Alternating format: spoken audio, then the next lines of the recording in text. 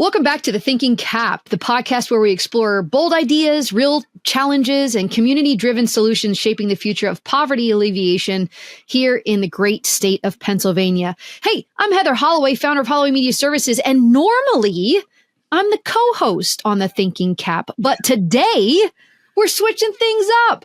Normally, Beck's the host, and today, he's going to be our extra special guest. So on this episode, we're turning the spotlight inward to hear from someone at the heart of it all. Beck Moore, as you know, president and CEO of the Community Action Association of Pennsylvania, joins us to talk leadership.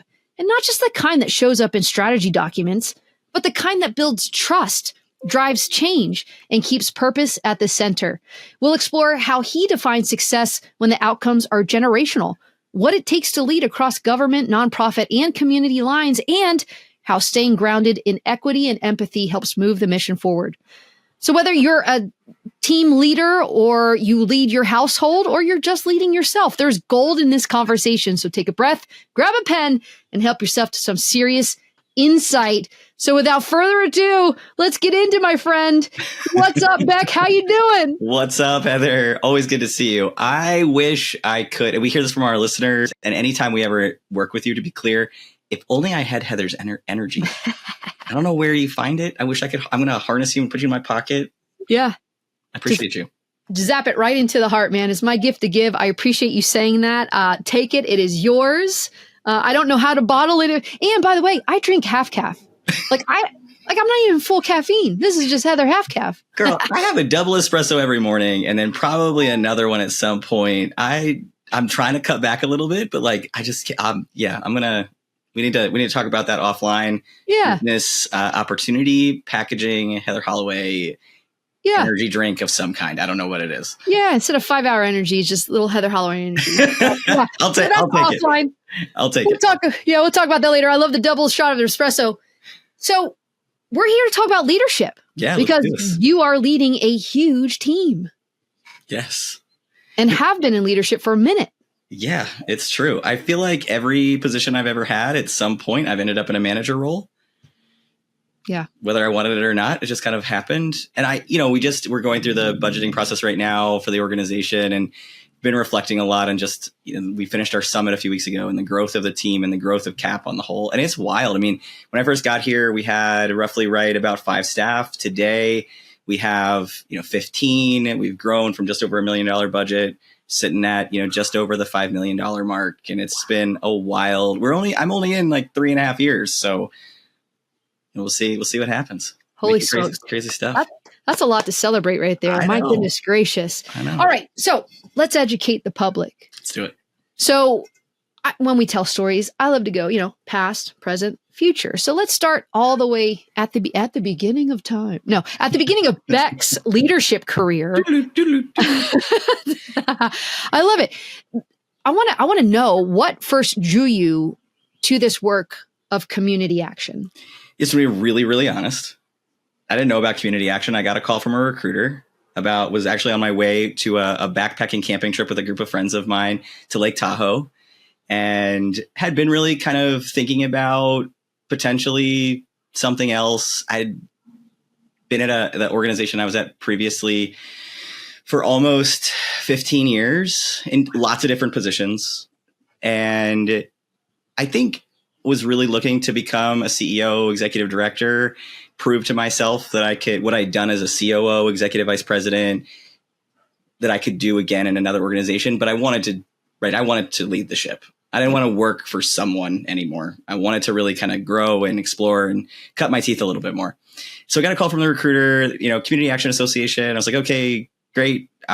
Sure. I'm interested, kind of took a quick glance at the mission statement, felt very aligned, spent some time looking at the website, really didn't understand what the purpose of the association was at that point. But what really, really struck me, I think at the end of the day, was I knew that leaving that former organization had to be something that was mission driven and something that I cared about deeply. And so as I started to explore really the organizations that we represent and support in our membership, is that deep poverty work, helping support people through housing, all kinds of different services, lots and lots and lots that our listeners have heard about before. But ultimately, as someone who grew up, in poverty, as somebody who was homeless for one point in my life, I know that community action could have been where I would have found support and success, and to be able to speak up for those organizations and to speak up for the clients and tell the stories that, are not that dissimilar to mine was important to me. And I think, what I heard the board say in that recruitment process and the interview process was that community action was like a family. Mm. And you're in a job interview. I'm like, yeah, okay, maybe that, we'll see if that actually comes to fruition and if that's actually the case. But it really is. I mean, I think once I came to know really the work that the organization did, it was aligned with my skill set and it was aligned with what my passion was, right? And to be able to tell the story and talk about something that impacted me in my adult life and in my childhood was important and has been really amazing to be able to be a part of. Yeah. And, having the honor of joining you here on the Thinking CAAP podcast and being able to get in front of the different agencies that are members under CAAP, that story of either becoming a client and then working for the organization, or had you known of the service back when you needed it, you would have had it. And then potentially being the CEO now, that's just a through line right there. Right. Which, who else but you to lead? Yeah. I mean, I feel really blessed to have found this work. I'm so thankful for that recruiter calling. I'm so thankful for the person who mentioned to the recruiter, right, you should reach out to this person. I think, it's been full circle. And I think that when I meet people, and when I do presentations, a lot of times in leadership, I talk about things that, what do you assume when you meet me? And I think one of the things that I don't really dig into that I'd like to explore in future conversations when I present is on this idea of, right, like, I don't look like somebody that was homeless at some point, right? Like what I've achieved, look at my house, you get to know me a little bit. People are often surprised by that conversation, but I lived in my truck for the better part of almost 2 years. Wow. I worked a lot of jobs. I worked as an outdoor educator, which meant over the summer I got room and board, right? I got to live in a tent all summer and play with kids, which was great. But it's something that's deeply impacted me, and that I'm in a lot of ways, I think it's grown my spirit of gratitude for all the things that I have now, and I'm very appreciative for. But I was just at a presentation the other day for a group of kids, and they said, what was it that really drove your desire, right? Or your thoughts on what did you do, right, to get out of that situation? And I was like, I don't know. I just knew that I wanted better for what my life was. I knew better than what I saw my family have. Yeah. And I think early on, my grandfather was an amazing influence on my life. And I know he would have wanted more for me than what I had. And so I've just worked really, really hard. I wish I'd known about community action. You've heard some of our executive directors and frontline staff say this, Heather, right? Like, we help people recognize their dreams and achieve those dreams. And it's really hard to dream when you're struggling to pay the rent, to put food on your table, living in a truck. And so I wish community action had been a part of that, but I'm thankful for it to be a part of my life now. Yeah. Yeah. I mean, investing in human potential. Yeah. I mean, that's what you do. You support human potential. It's incredible. Do you think your sense of purpose has evolved, or has your why changed, or maybe it's just deepened? I think it's deepened. I think I said to the board and the search committee when we were going through the interview process, there was a conversation about, right, like whether or not I would be the right person to represent the organization, because I don't come from human services background. I come from youth serving, membership service based organizations. Yeah. And so for somebody to step into this role and understand the work as quickly as what they needed to, and to be able to be effective as the leader of the association was important. And what I told them was that, look, you're not going to find anybody that's going to work any harder than me on any job, whether I'm pumping gas or I'm serving a burger or I'm running an association, I'm always going to be one of the hardest working people in the room. Yeah. It's just how I'm built. I think the why has changed because of the people that I've gotten to know that run the organizations. I consider my friends. They're, many are my board members, but I would also consider them my friends. I see their remarkable stories, and it inspires me to want to work harder for them. And so I think the why has changed in that, it sounds so cheesy, but community action is a family. I mean, like, pick up the phone and call an executive director when I know they're going through something hard. When we experience loss in our network, a staff member passes away, a client passes away, a volunteer passes away, we all feel that. And so I think at its core, the why hasn't changed. It's just grown. Like I have, another chosen family in my life, which is pretty amazing. Yeah. And just amazing people. I can't gush enough about who you've cultivated too, within CAAP and these executive directors that you're hanging with and helping. Yeah. I mean, just such great people. So, okay. So the work we haven't really evolved. We're just going deeper and deeper, which is amazing. Yeah. In your field, in your line of work, where change often takes time and wins aren't always front page news, how do you define success in your leadership? I think one of the things that I have always loved about being a manager, a good manager, because I've not always been a good manager, is really seeing my team achieve and celebrate one another, or them growing into other roles, seeing, people that used to report to me become executive directors, seeing people, running large organizations or growing in a position to become a director. That is my feel good, right? Seeing an organization that we support get a big funding opportunity and knowing in some small way that we were part of that. It doesn't have to be my success, right? That is my success. Yeah. It's just being able to see really remarkable things, seeing people be proud of themselves, celebrate those things. Those are the things I love to see. I mean, sure, like revenue growth, great, right? Growing team, awesome. Yes, love that. Ain't going to say no. Tick. Right. But I think the moments that, after the summit, for instance, that we had a couple weeks ago, seeing people leave that event and feel like they were rejuvenated, that the time that they spent away from their organizations, from their day job was meaningful. Yeah. Knowing that we've refilled their cup, a phrase that I kind of hate right now, but we've refilled their cup, and that the team felt really good about all of what they did. And they all know what they did to influence that event, and everybody had a part to play. That's how I see success. Yeah. Yeah. Well, and we're talking about leadership, so it's trickled down, my friend. I mean, this is what you're cultivating. This is what you're curating. This is what you're supporting, you're nurturing, you're helping to grow. So well done. And being at the event and seeing it all run so smoothly and seeing the team be so joyous. Yeah. And they really care. And wonderful. I just had a conversation with one of my dear friends. Shout out to Ellen Min, who I've gotten to know over the course of the last few months. She was there and she's been a participant in prior years at that event.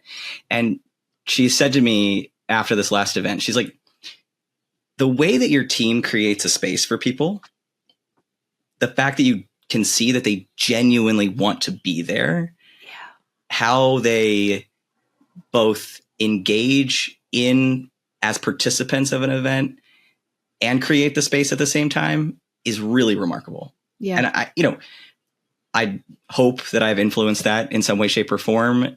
I think it really speaks to trying to find people that culturally, support each other in our environment and continue to facilitate a workplace that people can thrive is super critical.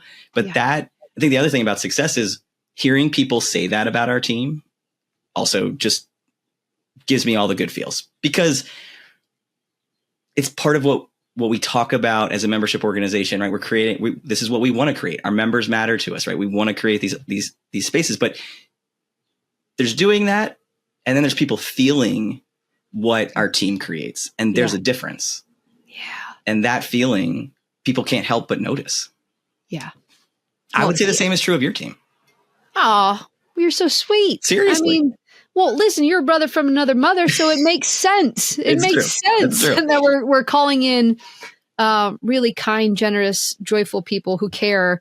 Yeah. And so I received that. Thank you so much. And reflecting that, what this conversation is about is your team and your leadership. So, all right. When you look ahead, this is a big question. Yeah, I'm ready. What's your boldest vision for CAAP and for the communities you serve, or that CAAP's agencies serve? Yeah, I think the biggest opportunity, frankly, is that community action shows up in local communities in so many ways. And so, I think there's been no formalization. Is that a word? Yeah, it is here. All those in favor? Yes. Okay, great. Yes, the ayes have it. The ayes have it.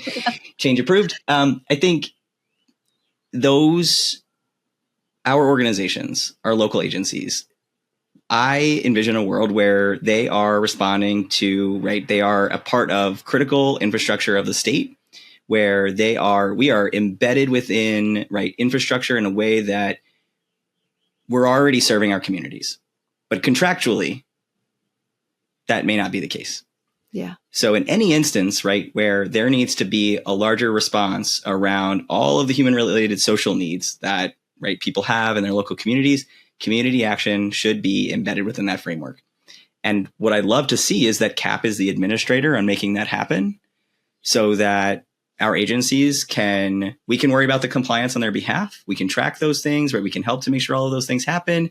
We can see what their needs are to be effective in those things, but ultimately, right, pushing dollars to those agencies to continue to do more of what they already do really, really well. Yeah. And we've started that in some really small ways, but just want to continue to grow those opportunities where our agencies are already making a difference, and we know can continue to grow their services to even more people. So, right, not last year alone served over 500,000 people. Why, anybody who's struggling at any point here in Pennsylvania, we should be struggling. And we know that, 1.2 million people, right, at some point are worried about putting food on the table. Wow. We can't serve all 1.2 million people without additional dollars. So being able to grow those budgets so that we can serve all those people is, I think, ultimately what I hope to be able to achieve. Yes. And now more than ever, more critical as healthcare is on the line, as prices are going up. I mean, that 1.2 million may double over the next couple of years. We don't know. We hope not. But that's why we need to continue to keep doing the good work.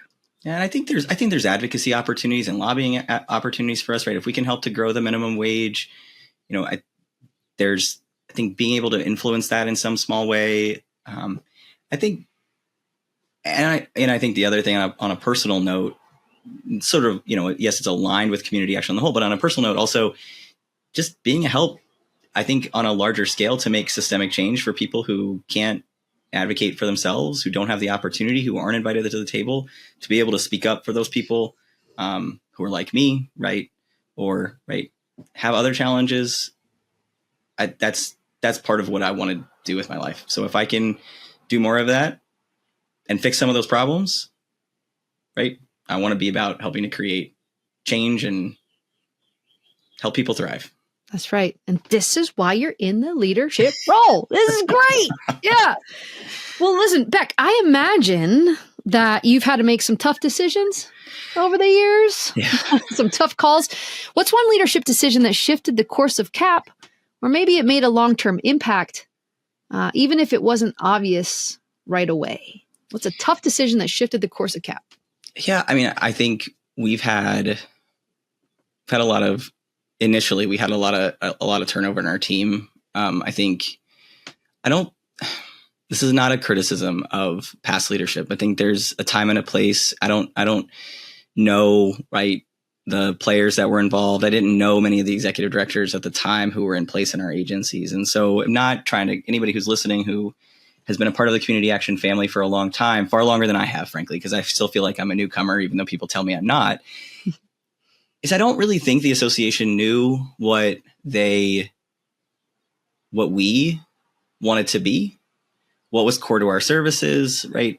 What was really going to be the core of what our business was.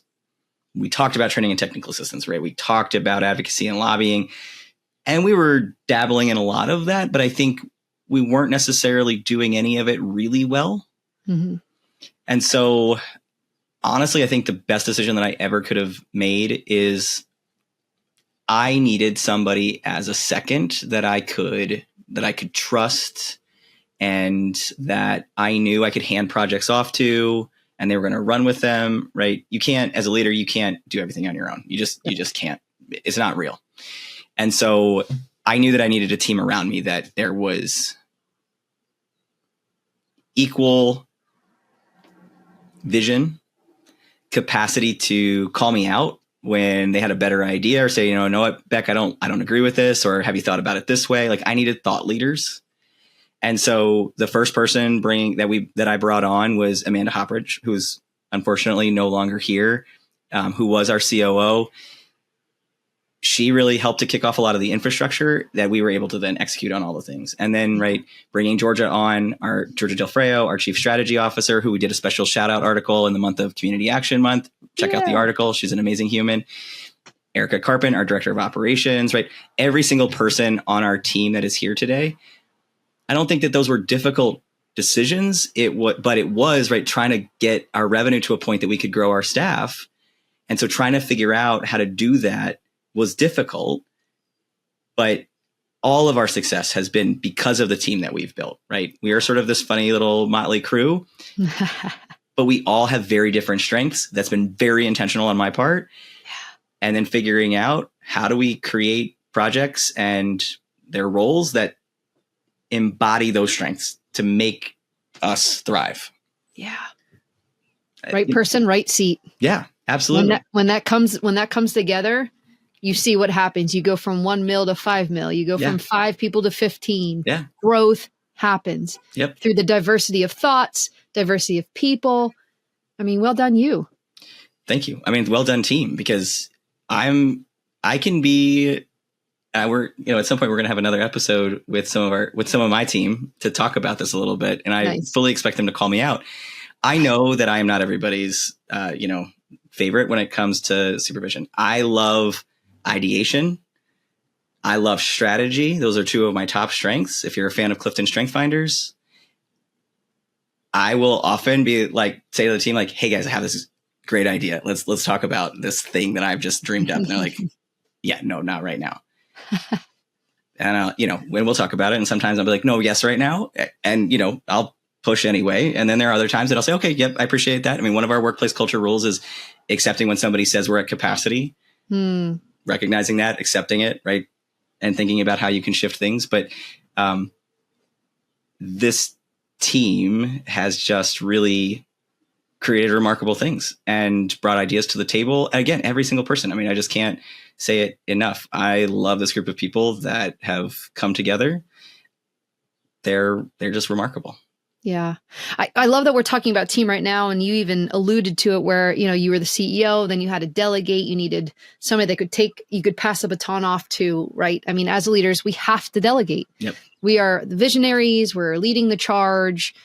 So we can't get sucked down into the weeds, but, doing all this work and sustaining ourselves in it, we wrestle with that as leaders. We Absolutely. Can do the work, but we can't be doing all the work, right? So how do you model well-being for your team?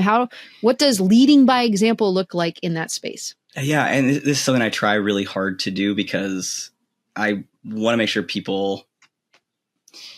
I was just talking about this with somebody. I'm going to back up for a second. I was just talking with somebody else about this earlier today.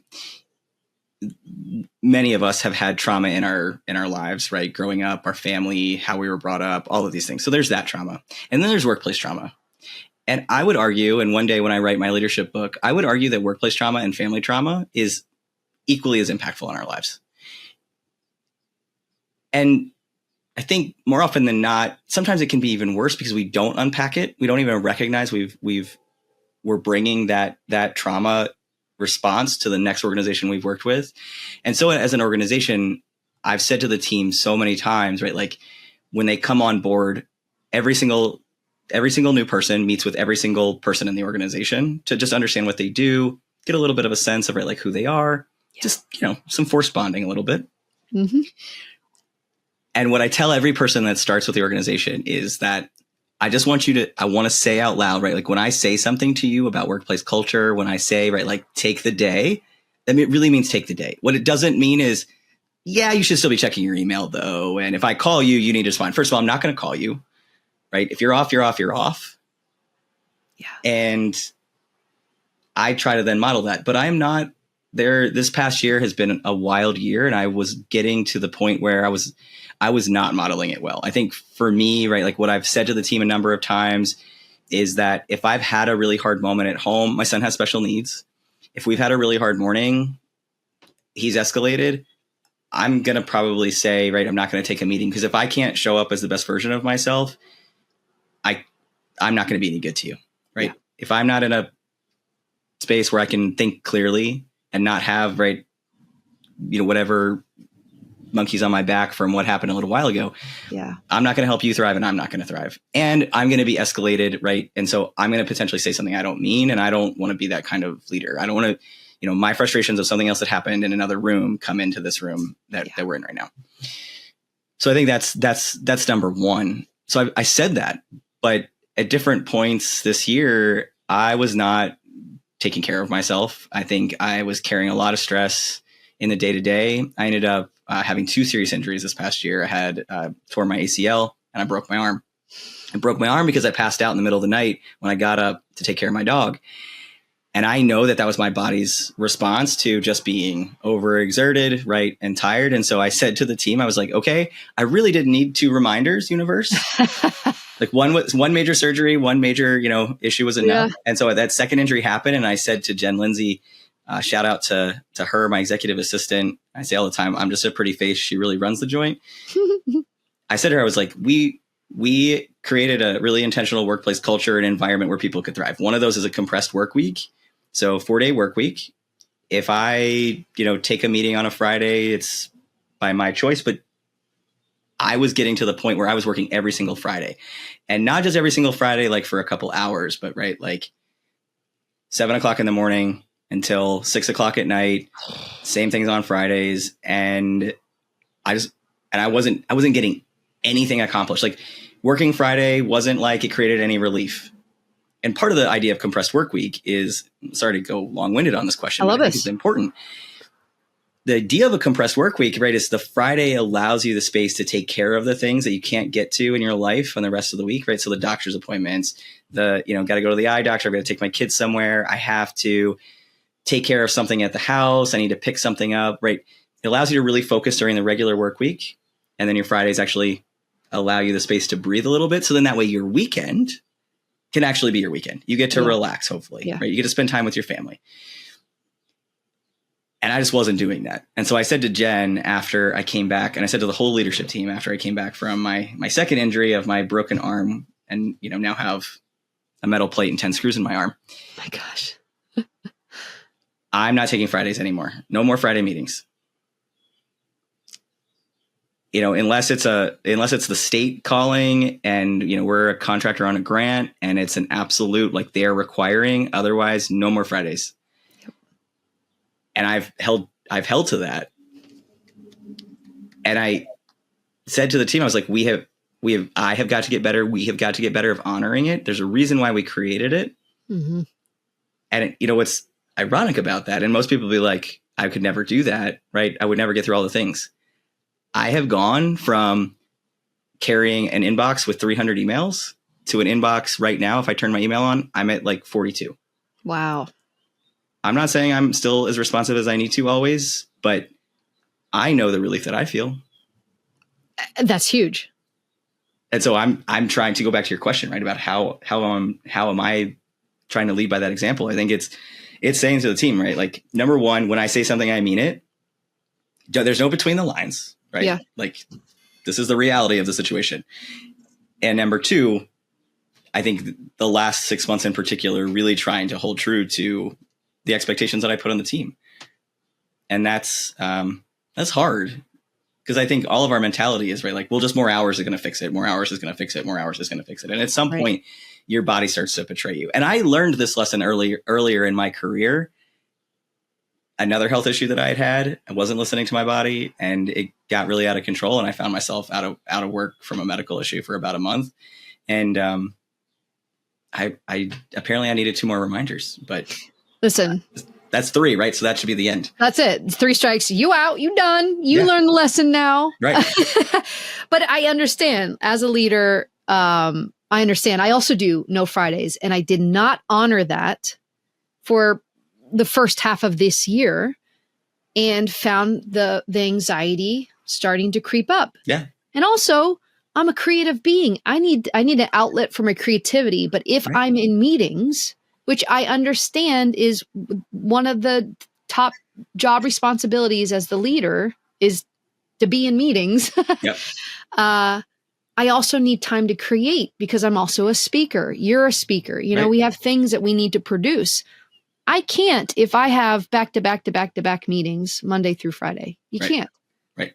And I'm not, there's a hard line at 5 p.m. That's it. The laptop closes. Yep. The brain may not stop, but the laptop closes. So I feel you on that. And I want to commend you for honoring that and your team for honoring that. Because like I said, leading by example, that's a perfect way to lead by example. It gives them permission to say when I'm off, I'm off, I'm off. Right.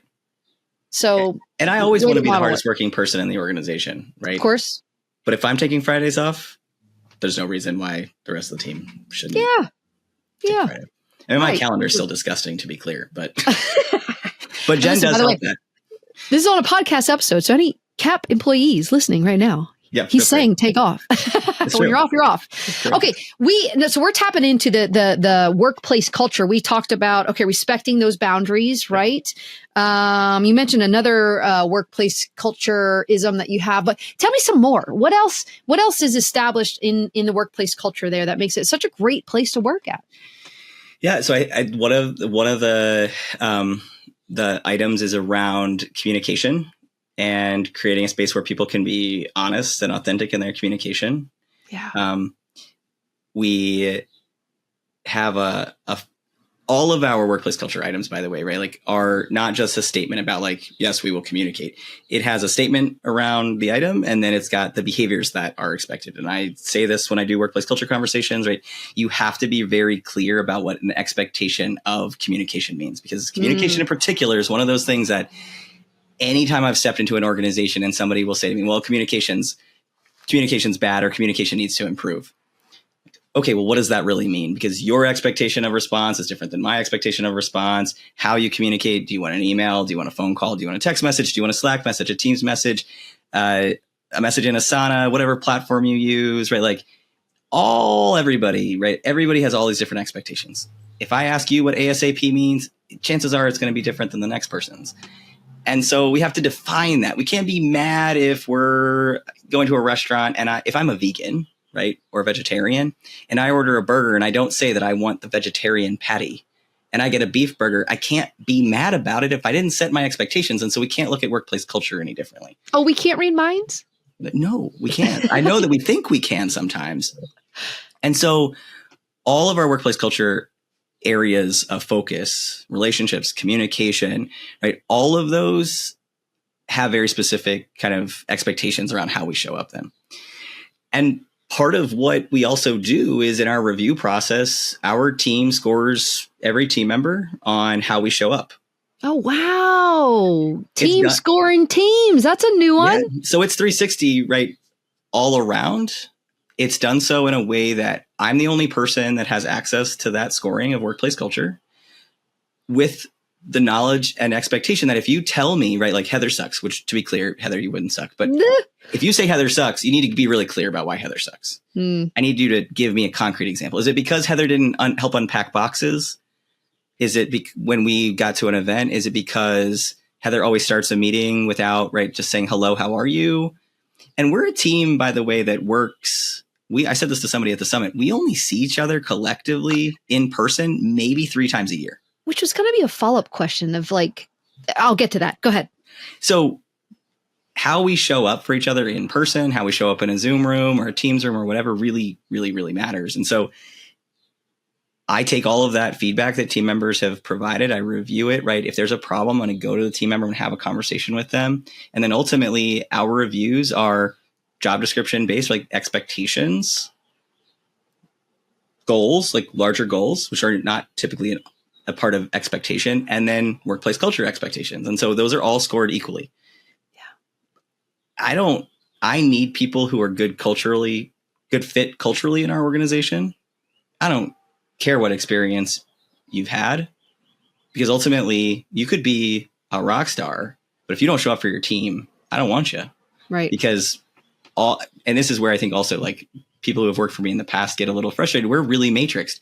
We look at every project as something we're going to rip apart and say, right, okay, Heather's going to get this because she's good at this. Erica's going to get this because she's good at this, and so on and so forth. Job descriptions, most of the time, our job descriptions don't match what we're doing. Mm-hmm. We try, our best to theme them, but really like that other duties as assigned. Should just say that other duties as assigned. That's what it is. Yeah. And I think that when you have a team that functions like that with that mindset, that culture piece is so hypercritical, which is part of why we lean so much into that culture piece. Yeah. There are other things we do. I mean, I think, I talk about this a lot when I present on workplace culture. We get everybody's favorites when they first start. You inspired us to do that. I have a spreadsheet now. Yeah. Yes. Every new person, regardless of gender, gets flowers when they start with us. Oh.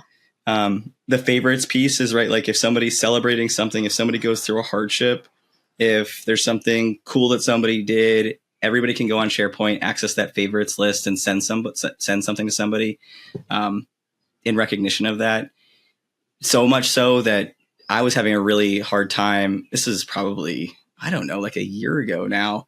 And Erica, director of operations, sent me my favorite candy.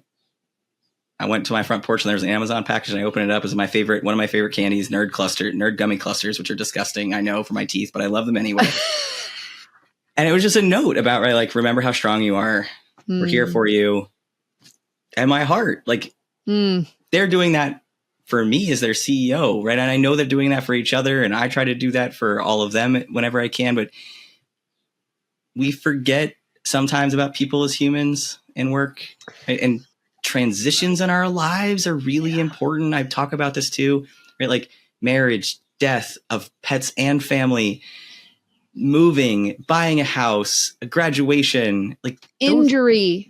Injury. Yes. Those moments matter to us as humans. And we need to recognize that that's the way we remember our lives. Yeah. So like when you think about like, okay, I was born here, I grew up here, I graduated from here, I went to college here. Those are all transition points. Yeah.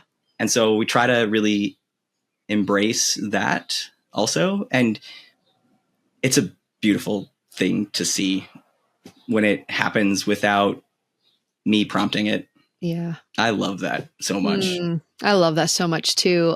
This is inspiring me to go even deeper on this. So thank you so much. Yeah, I'm curious, did you play team sports when you were a kid, or? I did. Where's it stem from? Honestly, I've had a lot of not so great managers, to be clear. And I've had a handful of really amazing ones. I talked to you about Fran, for instance. Yeah. The favorites thing, I don't remember where it came from. I don't think I thought this up. It was somebody from one of my teams.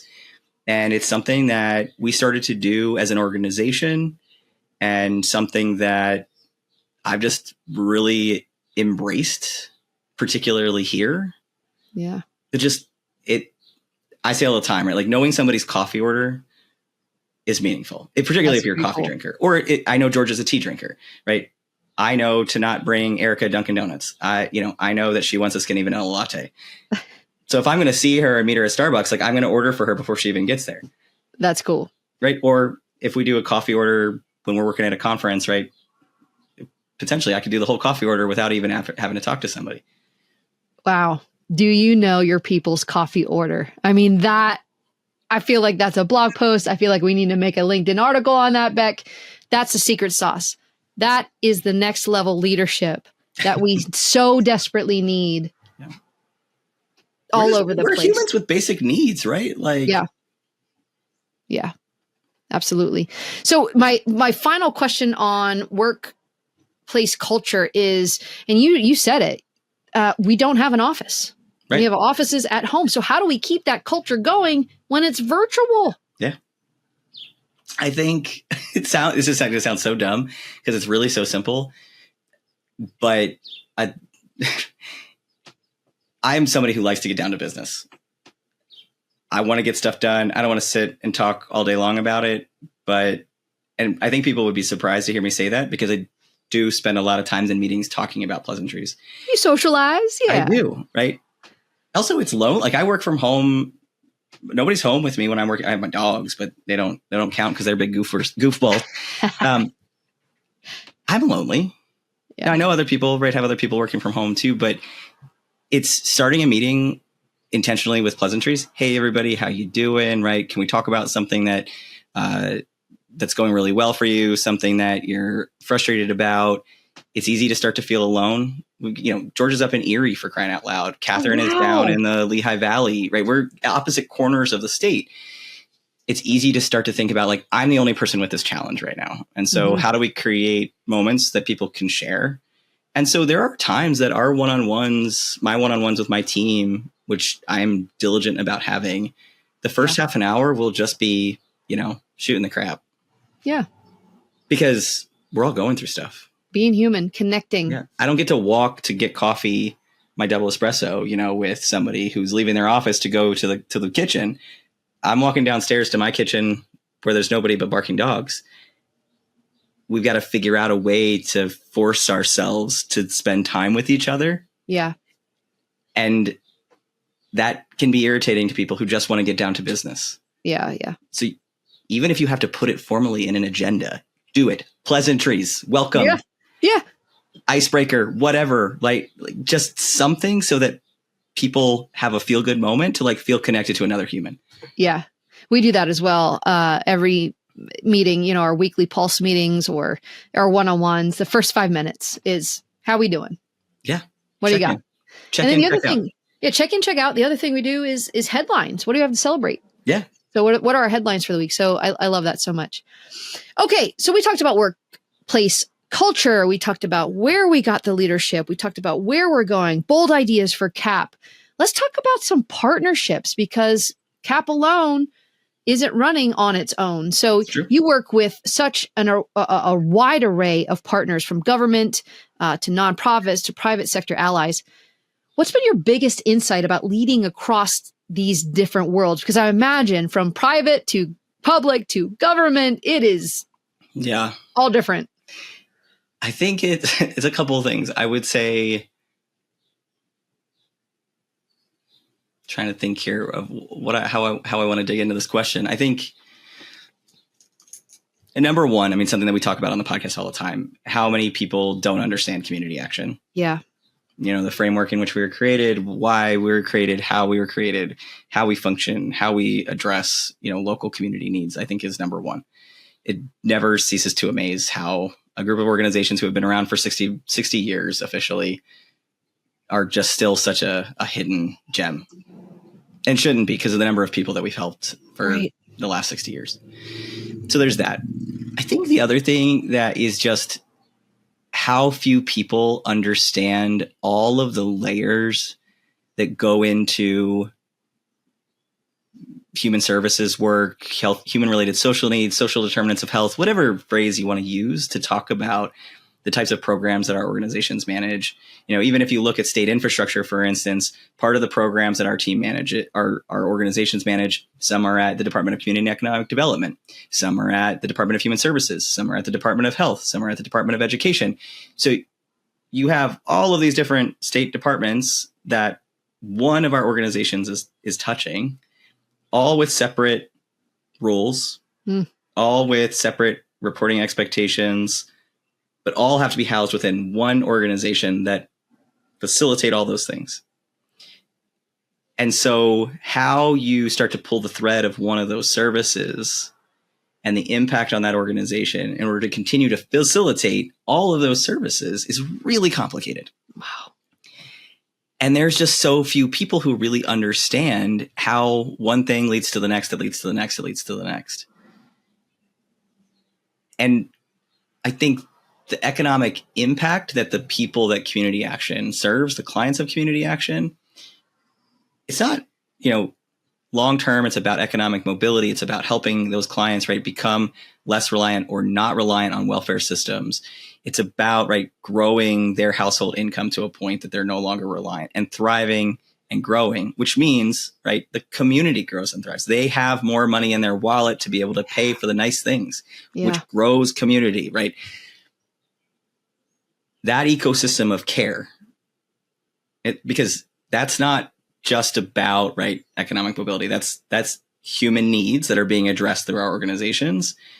The complexity of that is deep and complicated.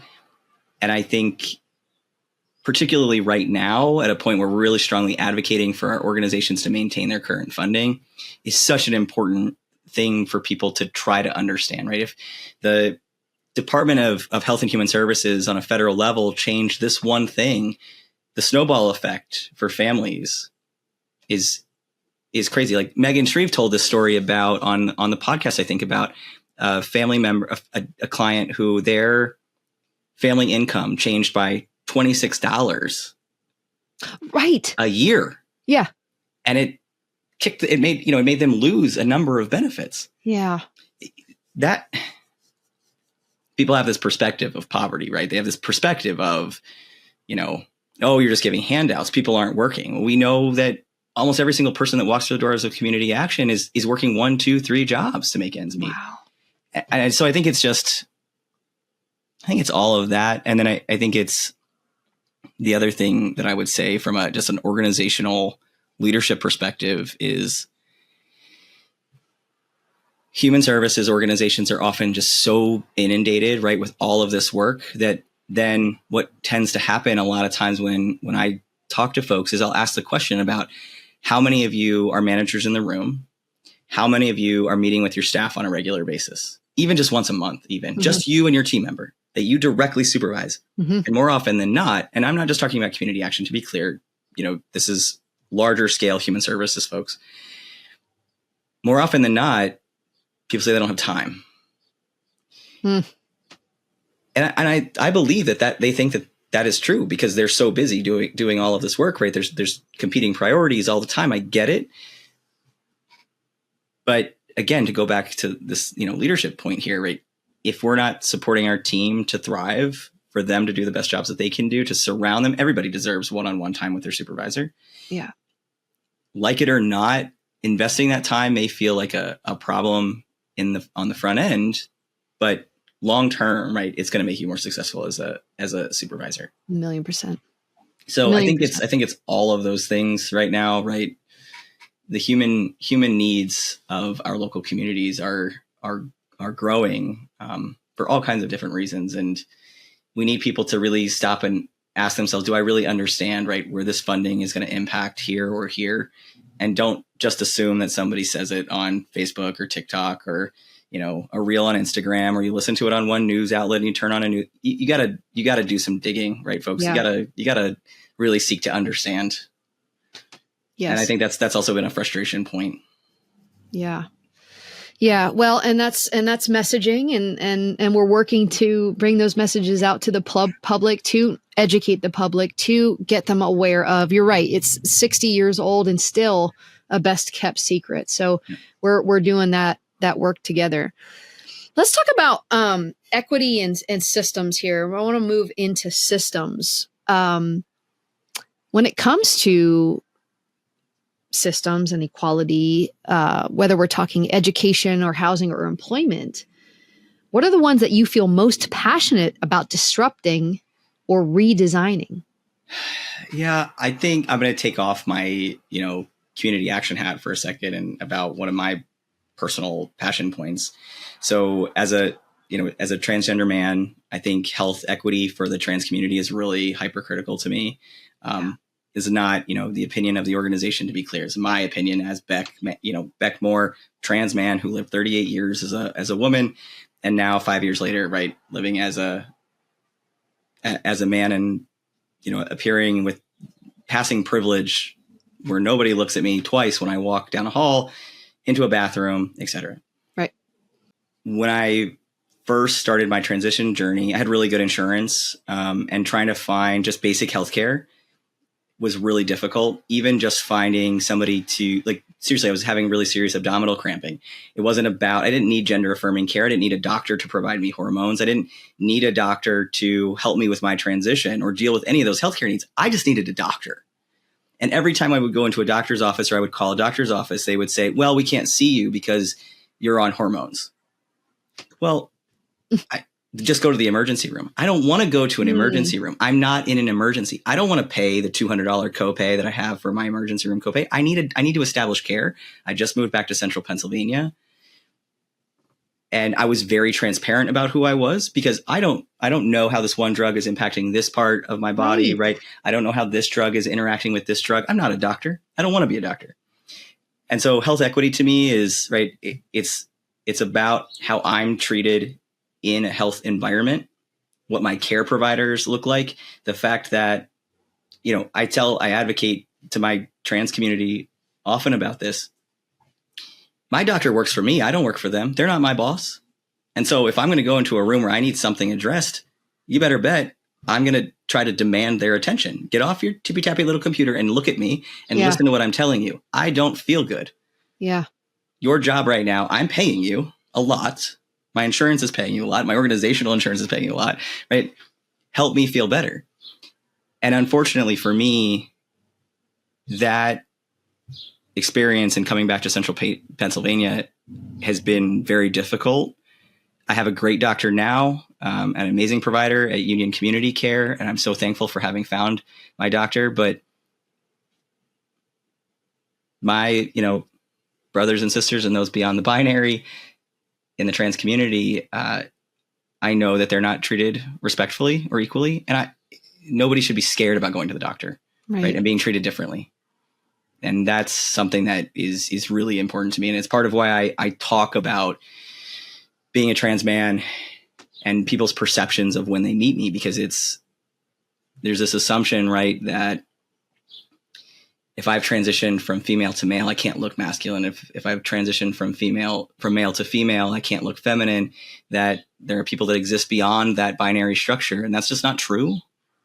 And so it's healthcare providers need to seek to understand the community. They need to, understand that standard operating procedures in their hospitals do not meet the needs of their patients a lot of times, and that potentially you're putting me in danger because of those standard operating procedures, not being thoughtful about who I am as a patient. Yeah. And don't they take an oath, do no harm? Right. Don't forget Absolutely. that. Right. Don't forget that. Well, thank you for leading that advocacy and for helping folks in our community. I can't speak from this experience. I can only advocate and help and try to get the message out, and, letting people know where resources are. And so really appreciate you not taking a back seat. Yeah. No, of course. Again, of course. Leading. This is a leader, folks. This is a leader. All right. We've been talking for a minute, Beck. You doing all right? I'm okay. It's a little warm in here. I don't have air conditioning right now, but that's okay. I know. I need to get one in here too. All right. Well, let's bring it full circle then. All right. Let's see. What do you hope? Ooh, this is a good one. What do you hope people say about your leadership long after your tenure ends? I just hope that people, I've said this before. I think we talked about this before in a prior episode that you interviewed me. And I said out loud, I was like, I know that I've not always been the best version of me. My wife I tell the story often. My wife worked for me years ago. And when we first met, she didn't like me very much because I wasn't the best version of myself. Now, we got together after we were no longer working together. And she likes me just fine now. I'd like to think, we've been married for almost, I think 2 years officially this October. Wow. But I just hope people know that I genuinely care about my team. I genuinely cared about them, and that I tried to do everything I could to help them be successful and see something in themselves that they didn't see for themselves. And that, at least there's hopefully one or two people out there that's the case for at some point. I guarantee that. Yeah. So that's my hope. I guarantee it. And listen, y'all, send him a message. Let him know how he's doing. Let him know. All right. Final question. All right. Final question. I'm ready. If someone's listening to this amazing, soon-to-be award-winning podcast, if I may. God willing. So if somebody's listening and they're just starting their leadership journey in your line of work, in service work, maybe they're a frontline worker, maybe they're a community organizer, emerging executive, Do you have a piece of advice that you would give them right now? I would say know yourself really well, right? Recognize the things that piss you off. Know how to control your ego. Figure out your triggers. And learn how to, work beyond those things. I feel pretty strongly that I really didn't become the leader that I wanted to be until I knew myself. I look at, we go through an exercise with all of our team, going back to culture, right? We do an exercise with every single team member that starts here that we have a consultant that takes our team through Clifton Strength Finders. So they take the quiz, they get the book, and then they meet with that consultant for at least an hour to walk through those strengths and to understand how those things show up. How does it resonate for them? And we joke sometimes as a team when somebody new starts, like, get ready because it's going to feel like therapy. Because it is. I mean, it is. It is. It really is. And so when I look at, 10 years ago, let's say, when I took that survey, then struggling, trying to feel out my way in terms of what was expected me as a leader, how I was showing up, what I thought I needed to be, knowing how I was struggling inside with who I felt on the inside and was debating about letting that person out or not. I can see so clearly how my strengths reflected that and how I showed up with my team, how I showed up with volunteers, how I showed up in my personal relationships. And now I look at the strengths now and how they've evolved. And I'm like, it's kind of like when I look in the mirror now, like, oh, I see me. That's the me that's been in there that I've wanted to be able to embrace and show. And once I think embraced who I wanted to be, right? I'm not afraid of showing up as my authentic self and just being really honest about how I'm feeling. That has completely evolved my leadership style, my ability to get things done, how, the baggage that I carry with myself, for myself when I walk in a room for the first time and I've got to network with a group of people that I know, an ounce of the tons of information that they know. I just don't, I'm somebody that when I would go to Starbucks, for instance, right, and stand in line for coffee, the self-consciousness that I would feel bearing down on me, it would be an anxiety attack driving to just stand in a line, Heather, and feel like people were looking at me. Yeah. So to know now that I can stand on a stage, and sure, I still get nervous. I'm always still worried my fly's down. Right? Like I sometimes get a little fidgety. Yes, I get a little sweaty. I usually one suit wearing and I'm done. Like, it's go to the dry cleaner. Sure, those things still happen, but I think the relief and just authenticity that people feel and the confidence I think that other people feel when they hear me speak, it's because I've done the work to understand those things. Yeah.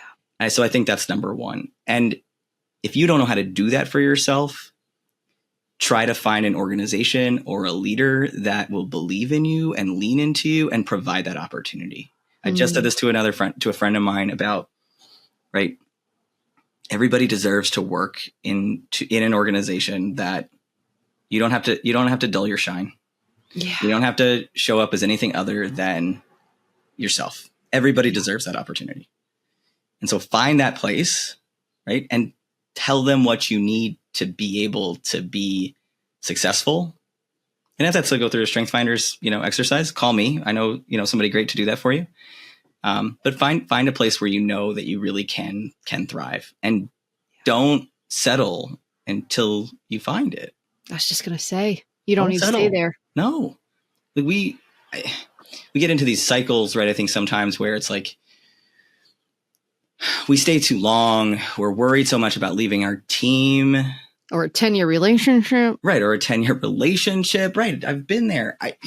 It's at some point that comes with all kinds of other impacts on our life. And ultimately, right, I think if we're settling, again, we're not thriving, and then we're not the best person and the best version of ourselves to show up the way our teams need us. Yeah. Or you're not showing up as the best frontline staff member, right? Because you've got all this anxiety about, I'm carrying all this anxiety about who I am. How can I serve my client? I'm too worried about is this the appropriate thing I should be wearing? Is my hair too short? Is my hair too long? Is my hem too high? Is my hem too low? I'm not comfortable in what I'm wearing.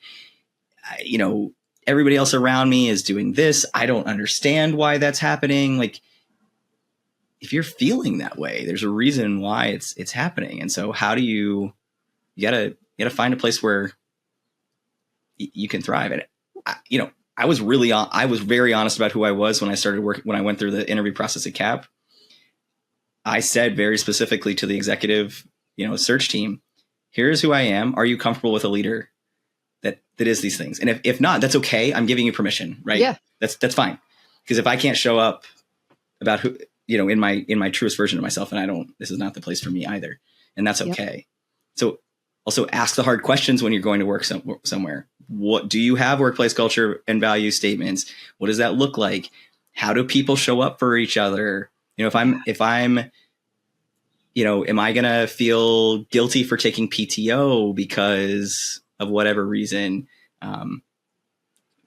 What do relationships look like in the office? Right? Like all of those things, they add up. And unfortunately, more often than not, I just don't. Again, we forget about just basic human need when we're working for ourselves and for our employees. And so how to create that environment is super important for ourselves, right? And making sure that we don't just settle. Don't dull your shine. Know your value. Don't dull your shine. That's right. You're the light, not the lamp. Right. You are the light, not the lamp. I love this so much, and I see that in the diverse team that you have. Whatever gender spectrum, wherever you're on, I see it all in the room, and it's beautiful because they have a place you've created, you've made this space be so rewarding and filling. And I think if I may be so bold, is like this episode is about alignment as a leader, and how you can get in alignment. And what that means for partners, for co-creators, for teammates, for everything. Messaging, alignment seems to be the key. Yeah. Well, I want to say one other thing that I think is also important about being a leader. This is your podcast. Go for it. That is true. I think that's true. Is that I've worked alongside, I've seen other leaders that this is a challenge for. I've seen other people react to working in an environment where this is a challenge, is that I don't have to be the person that's always on center stage, right? Now I have a group of people who not everyone's comfortable on stage. So I also don't want to put them in a situation where it makes them deeply uncomfortable. Like, I don't want to have them have a panic attack while they're on stage. Right. If the stage is not your thing, tell me. That's fine. I won't force your hand, maybe a little bit to get the accolades that you deserve. But like, I'm not going to force you to, give the keynote at our conference, for instance. But I think what's really important is, right, like, I want, if Erica, for instance, our director of operations, who is going to be on, again, she's going to be on a future podcast episode. We just talked about this and she's like, I knew you were going to ask me. I was like, yeah, because you should be on it. If she's the best representative of a topic, if she knows more than I do, why am I talking about it? I shouldn't be, right? Let your team thrive and show what they know best. So in one of our workplace culture statements, it says, like, we recognize that, while we have, these vast skill sets, that there are times that we don't know something best, and we're going to acknowledge that and say that out loud. I don't have to know all of the things, right? I'm never going to know about some of our operations pieces as deeply as what our director of operations does. That's her job. I'm going to let her shine in that way, right? Georgia, there are things about certain federal funding pieces that she's done this work for 25 plus years. She's going to know it best. I don't want to get in her way. And for whatever reason, I think sometimes people, particularly as an executive director and or just a manager in general, it's like, right, like, well, I'm the face, so I've got to be the person to talk about it. Or I'm leading the team, so I'm going to be the person to talk about it. And so we're going to do a presentation on this. I'm going to take on the majority of it. You're going to take on this piece. Sure, there are some times that I'll be asked to speak and I'll say, right, like, I'm really not the best representative of this. Is it okay if I have my, director of, or this person speak about it? And they'll say, we really want you, Beck, you're the CEO, and that title matters. But I'll always make sure right in that presentation then that I will speak to and say that person's name who's really doing that work and say, this is representative of this team member. So I make sure that their accolades and the things that they're doing really well are front and center. But I don't need to be the person. Like, what does a title mean? Right? Like, it means it means what it means. Lucky son of a gun that got the job. Yeah. Right. Well, again, that's going back to check that ego. So one of the golden rules. So well said. Well, I can't say this enough. I love this conversation. I love this topic. As a leader myself, I feel like I am stronger having had this interview with you. So thank you so much for sharing all of your wisdom and all of your expertise, your heart, your perspective.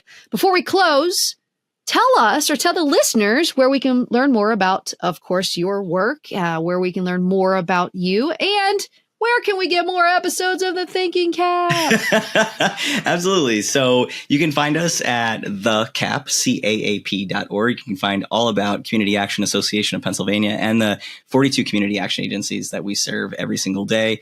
If you're looking for who your local agency is, you can go to the tab on the right-hand corner, find an agency, look to see. Would encourage you to please, think about giving your time, talent, resources. That can be dollars or time, of course. Just learn about who they are, what they do. The other thing is, please connect with us on LinkedIn. You can find me, Beck S. Moore. Work with Heather and her team on publishing a lot of articles about these types of topics and other things that impact community action on the whole. And so please follow me, follow Community Action Association on LinkedIn, Facebook, Instagram, all the things. And of course, listen to the Thinking CAAP. You can find us on Apple, Spotify, YouTube. Go to our website. There's a part on our website where you can find more episodes. But please, take some time to learn more about the organizations we support. And if you're a community action agency out there in Pennsylvania and you have a question for us, I think the other thing is we don't get a lot of questions about our podcast. Yeah, we'd love to know. Send us some questions. We want to answer them. We want to have an episode where we just tackle questions. Yeah. So send those emails to info@thecaap.org, and we'll make sure a future episode features that question. And give a shout out to the person. Give a shout out in the spirit of alignment. We want to make sure that this podcast is aligned with what you need. So please talk to us, because we're here to answer all the questions. Thank you for being my amazing host. Oh my gosh. As I said before, I'm just your Robin. You're the Batman and you're the best. Beck, thank you so much. I'm sure I speak for everyone that you work with. Just thank you for being you and for doing all the work that it's taken to be you at this very point, because this world is better for it. So thank you so much for this conversation. It was beautiful. Appreciate you, Heather. All right. We'll see you next time. Sounds good. Thank you for being a part of this episode of the Thinking CAAP. Check the show notes for resources and links to other episodes. And don't forget to subscribe and follow to be notified when new episodes are released. If you have any community action questions you'd like Beck or one of our local experts to answer in a future episode, please email your questions about community action to info@thecaap.org. Subject line, Thinking CAAP.